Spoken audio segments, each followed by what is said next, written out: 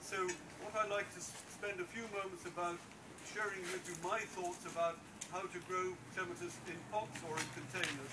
First of all, your pot or your container needs to be 45 centimeters minimum by 45 centimeters. It should not be a plastic pot. Plastic pots will heat up far too much in the summer and they won't give any protection to the root system during the winter.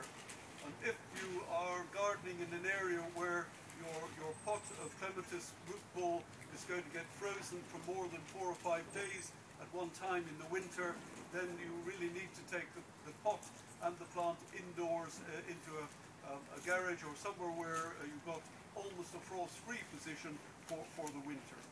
The important thing is then to use, either you can use lovely terracotta pots, you can use ceramic containers like this one, but don't use one of this particular shape. The reason why it's this sort of shape, if you want, or when you want to grow the plant and move it into a bigger container, it's going to be a nightmare to get it out of this pot. My wife and I, well, she grew a phormium in a pot like this, and she said it was my fault.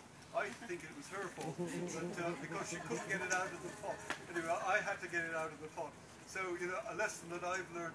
So, keep it more open shape, your container, that works well. Then vitally important that your pot, your container has really good drainage holes. Clematis like plenty of water, but they don't like cold, wet feet.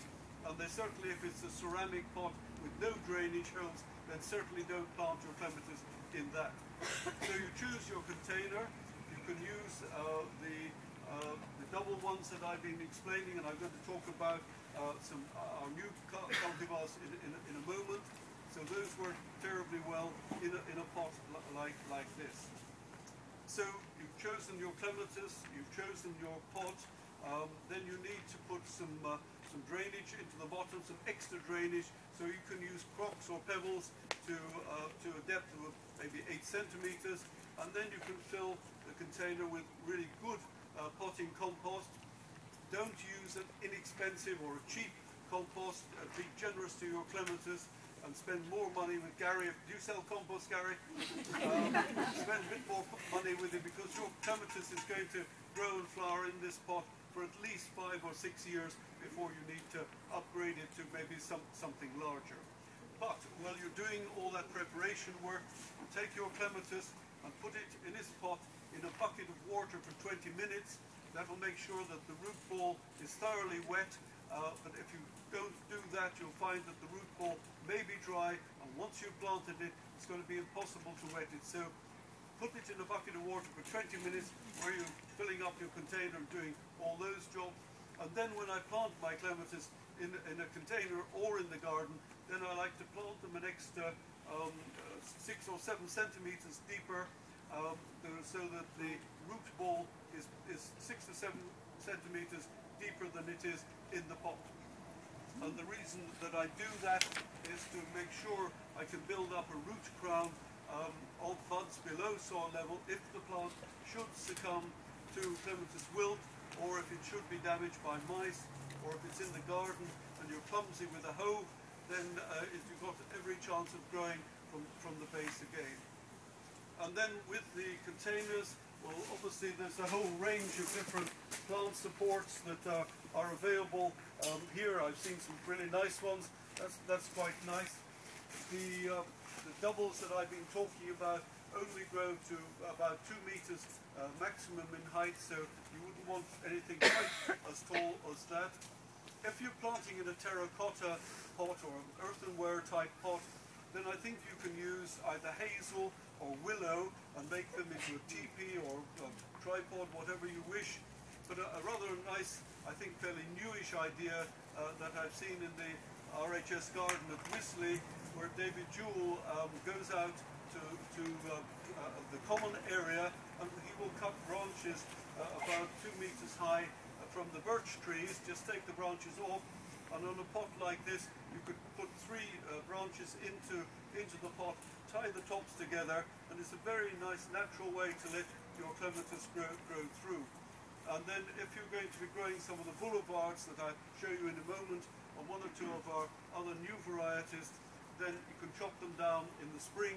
With the doubles, you'll need to leave about 2/3 of their growth, but with the new ones, and I'll share that with you in a moment. So, you bought your pot, you've got your clematis, you've planted it that little bit deeper, having put it in a bucket of water, and then you must remember that the clematis love to have a shady root system, so you have a choice of using maybe some shallow rooted perennials, like this Convolvulus neorum, and that would be nice because it will just sort of flop over the edge of the container.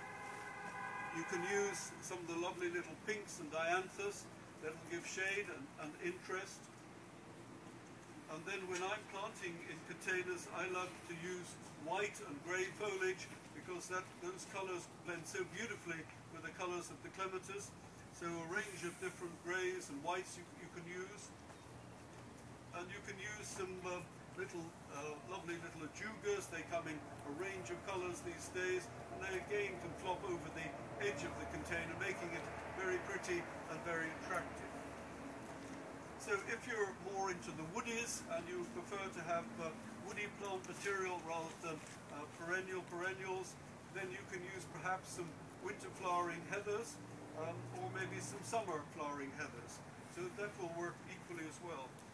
Or alternatively, and I think this is perhaps a better idea, is that if you use some summer bedding type plants in your containers, then every season you can change the planting scheme so you can have something different.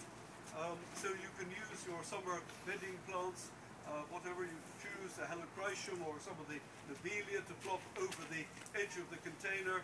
And then when you get towards the fall, you can take out the summer bedding plants and top dress the container with about maybe 6-8 centimeters of fresh new compost.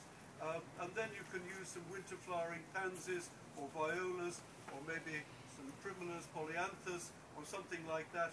And then put a few bulbs in as well, maybe daffodils or tulips. That will give those that added colour. And that, of course, is only for the people who are going to leave their container outside during the winter. Also, as I mentioned, clematis love to have plenty of water, but they must have good drainage. So if you're in an area, and I shouldn't say this, I guess, where you get plenty of rain, well, then you need to lift up your container, maybe with 2 bricks up off the surface, and that will help with the drainage for the container. So excuse me a moment.